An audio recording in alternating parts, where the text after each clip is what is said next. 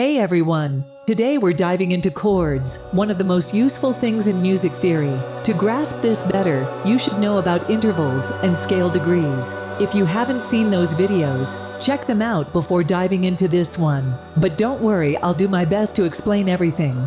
So let's jump right in. Until now, we've been all about the melody in this tutorial. Now let's switch gears to harmony. So, can you tell me the difference between melody and harmony?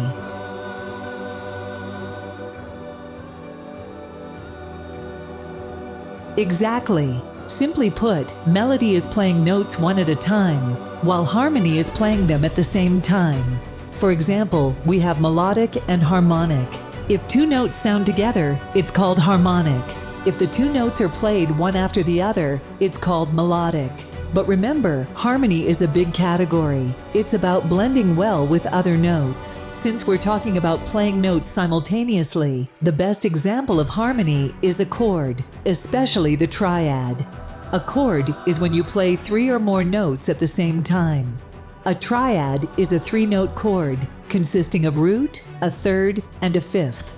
The root is the main note that gives the triad its name. To make a triad, just count up two more notes from the root. For a C triad, the main note is C, that's the root. When the triad is in its root position, it covers every other note like C, E, G, D, F, A, E, G, B, and so on. These notes will either fall on lines or spaces. You can make triads starting from any note of the scale. Now, there are four main types of triads: major, minor, augmented, and diminished. If that sounds awfully familiar to you, you are not mistaken. We actually learned this in the interval tutorial. Back then, we talked about just two notes playing separately. But this time, we are talking about playing three notes together. The concept isn't that far away. So let's start with major triad. To form a major triad, think of the first, third, and fifth notes of a major scale. Its name comes from the root note. Last time, we discussed scale degrees, essentially numbering the scale. To create a chord, we add two more notes on top of the root, repeating this for each note, giving us a triad.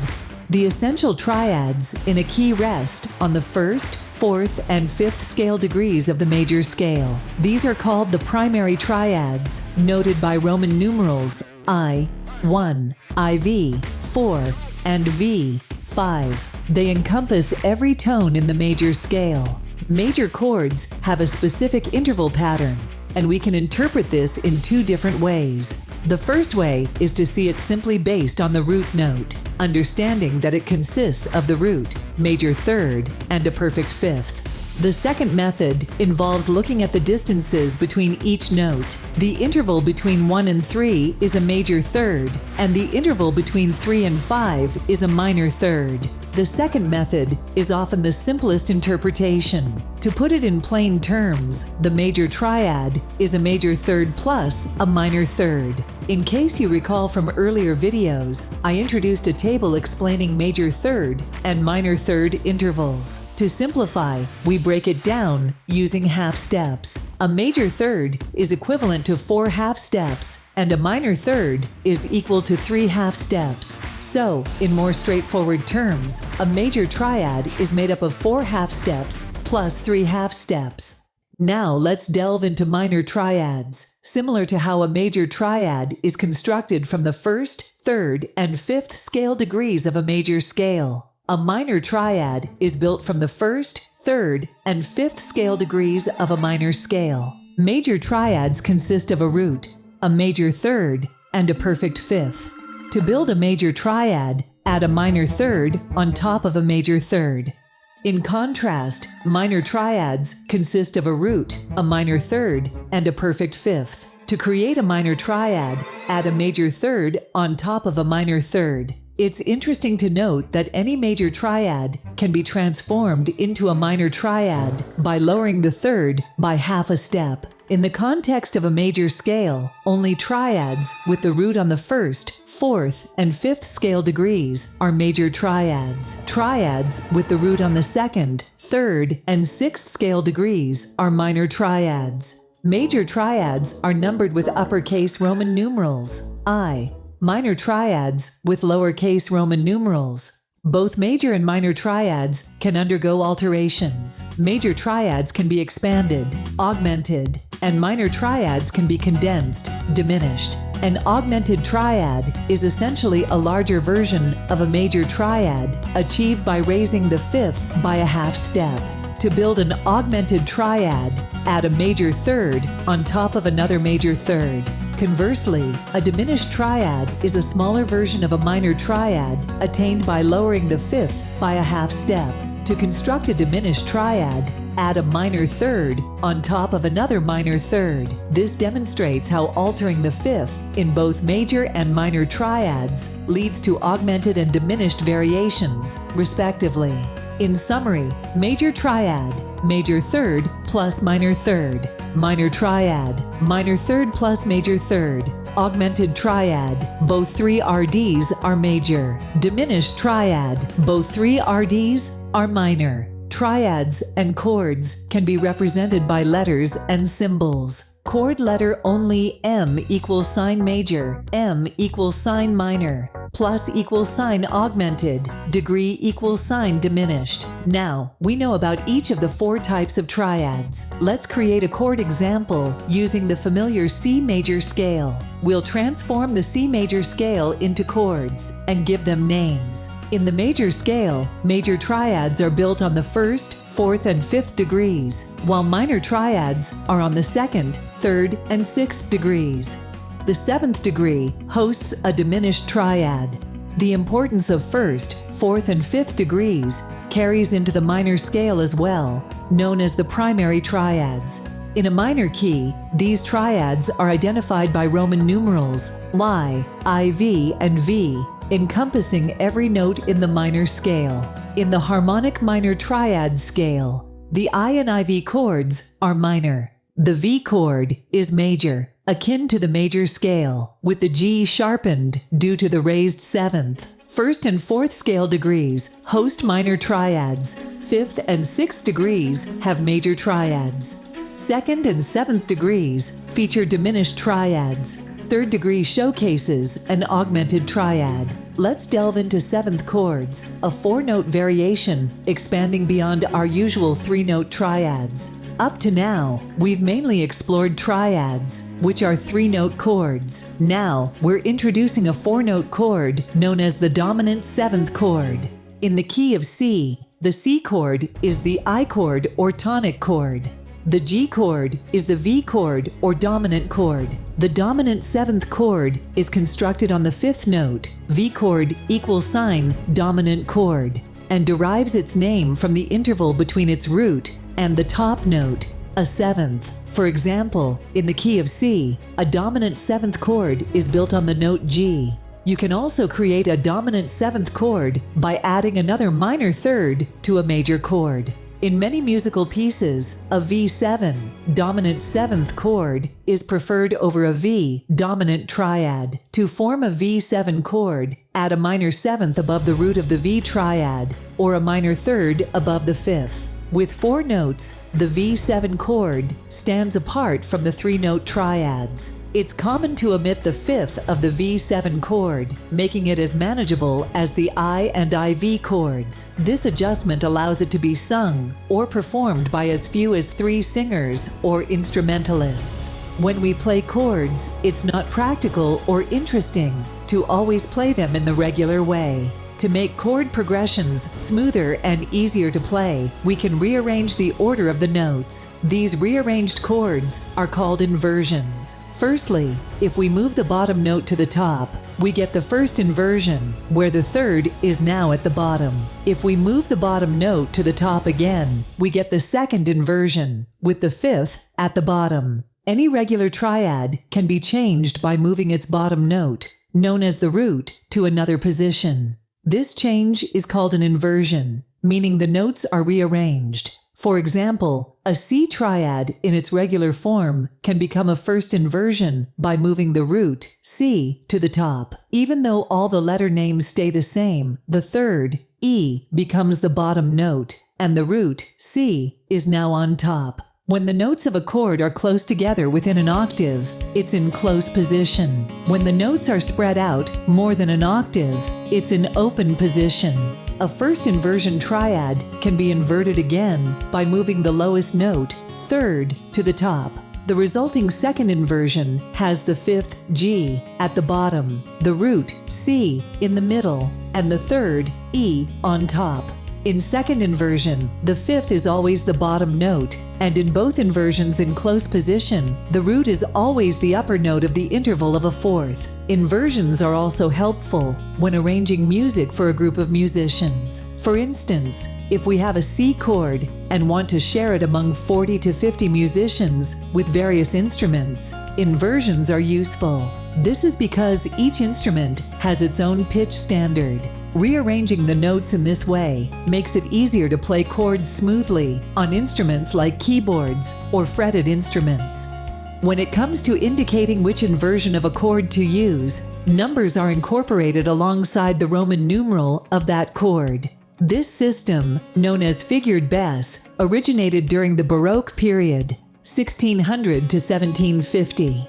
For instance, the number 6/3 denotes the intervals of the chord from the bass, lowest note. Taking the example of a C major chord, the middle note G is up a third from the bass note E, and the top note C is up a sixth. Over time, the bottom three was dropped, simplifying the notation to I6. In the key of C, the second inversion of the I chord is denoted as I6/4. This implies that the middle note C is up a fourth from the bass note G, and the top note E is up a sixth. Understanding these figured bass notations adds depth to our comprehension of chord inversions. Using inversions helps the notes in different chords of a progression move smoothly from one to another, creating what we call smooth voice leading.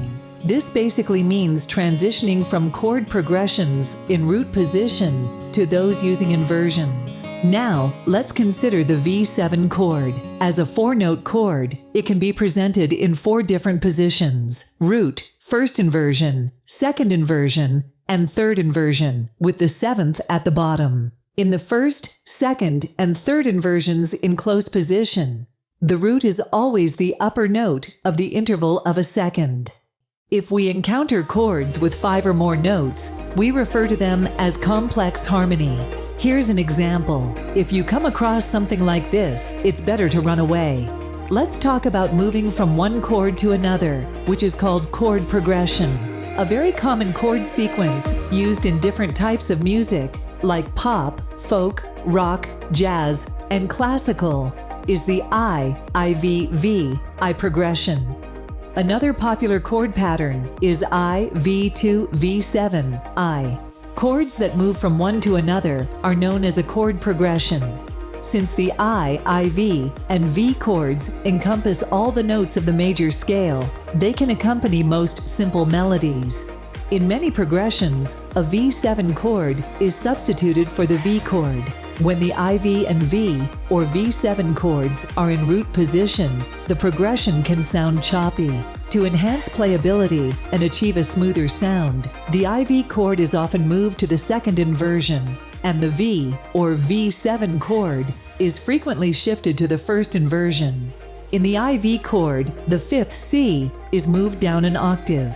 In the V chord, the third B and fifth D are moved down an octave. In the V7 chord, the third B, fifth D, and seventh F are moved down an octave. The following positions are commonly used for creating smooth progressions. Notice that there is a common tone between each chord. The chord progression I, IV, V, V7 in a minor key is built from the scale, just like in a major key. This is based on the natural minor scale. The harmonic minor scale is the most popular minor scale because the raised seventh makes the last two notes of the scale sound more final. B, C. If we change the above scale to harmonic minor, the G would become G sharp, and the V7 chord would become E7, V7. This major 5 chord gives the key a better sense of finality and is usually used. Since the I, IV, and V triads encompass all the notes of the harmonic minor scale, they can accompany most simple melodies in minor keys. In many chord progressions, the V7 chord is used instead of the V triad. To make this minor chord progression sound smoother, the IV chord is moved to the second inversion, and the V or V7 chord is moved to the first inversion. In the IV chord, the fifth, A, is moved down an octave. In the V chord, the third, G sharp, and fifth, B, are moved down an octave.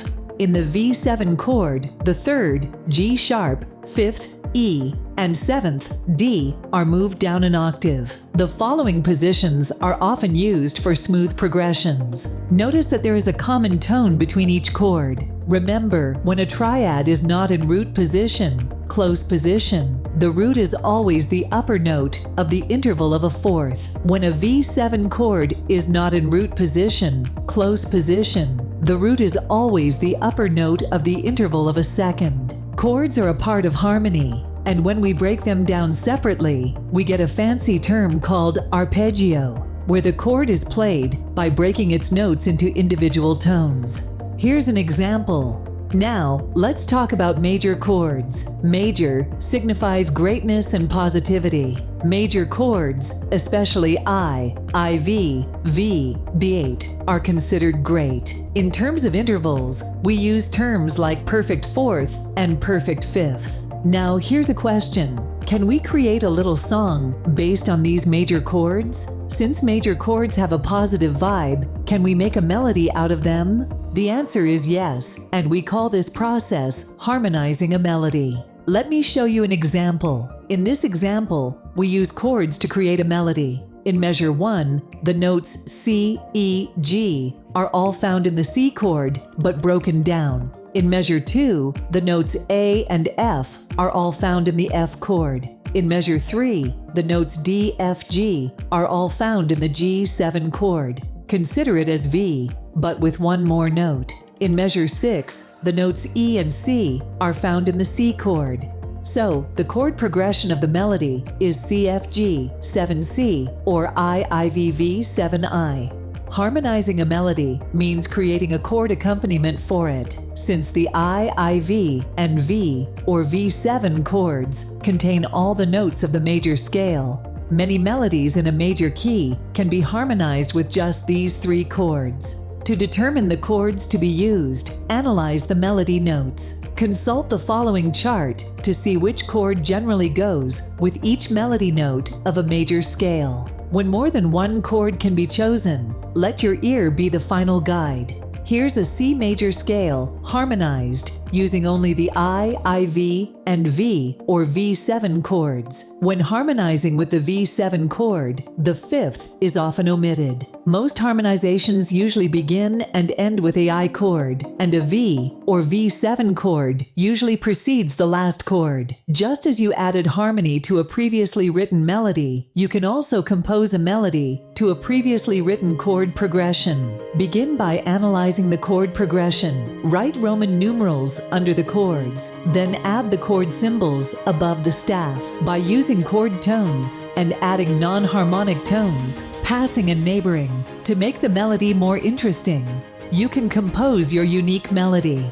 Remember that the first and last note of a melody tends to be the root of the I chord, and a V or V7 usually precedes the last chord. The numbers between the staffs refer to the melody notes, representing the intervals of the chords used in the bass accompaniment. Now let's explore the minor key using the same procedure as in the major key.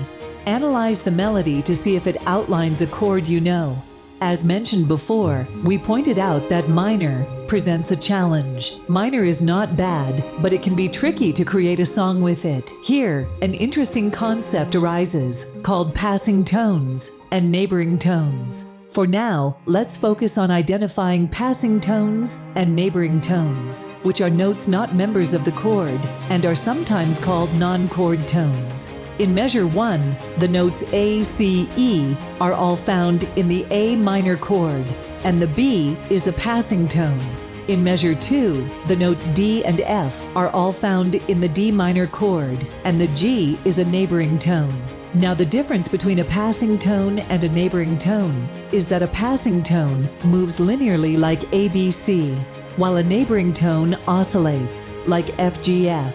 Since we are ascending in this case, we call them upper neighbor tones. If descending, it would be FDF, known as lower neighbor tone. Let's continue. In measure 3, the notes E and G sharp are all found in the E7 chord, and the F is a passing tone. In measure 4, the note A is found in the A minor chord, so the chord progression of the melody is a minor D minor, E7, a minor, or IIV-V7I in a minor. So far, we've added harmony to an existing melody. It's also possible to compose a melody over an existing harmony, like placing the melody in the right hand of the piano and chords in the left hand. The process is the same.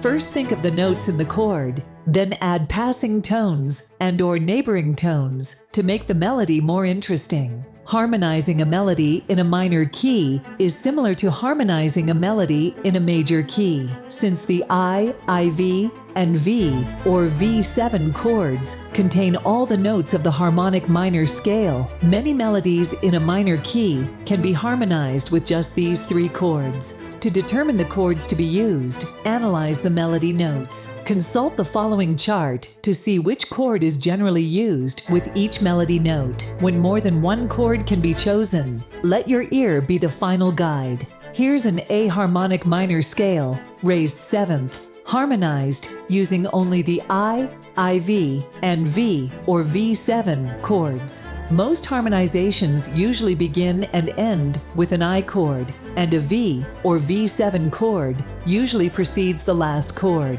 Composing a melody in a minor key for an existing harmony is similar to composing a melody in a major key. The melody is created based on the tones in the chord accompaniment. Begin by analyzing the chord progression and writing the Roman numerals under the chords. Then add the chord symbols above the staff. By using chord tones and adding non-harmonic tones, passing and neighboring, to make the melody more interesting, you can compose your unique melody. Remember that the first and last notes of a melody tend to be the root of the I chord, and a V, or V7, usually precedes the last chord. The numbers between the staves refer to the melody notes, representing the intervals of the chords used in the bass accompaniment.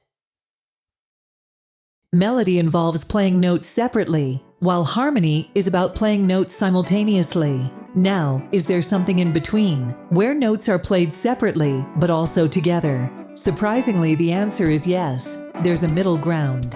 In a somewhat childish way of explaining, it involves playing 2 or more separate melody lines at the same time. This technique is known as counterpoint. Take a look at the first melody.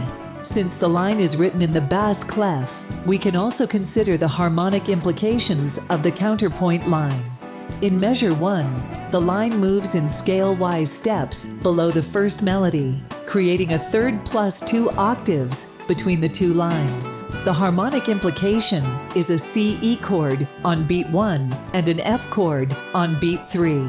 In measure 2, the line uses 2 ascending 4/4ths, separated by a descending second. After beat 1, this results in 6 tias plus 1 octave between the 2 lines. The harmonic implication is an F chord on beat 1 and an FA chord on beat 3. And that wraps up our discussion on music theory. Yes, this is my real voice. Hi. I'm not a big fan of AI voices, but it did become handy for video production. We have all probably imagined at least once when we were kids that we want to speak every language in the world.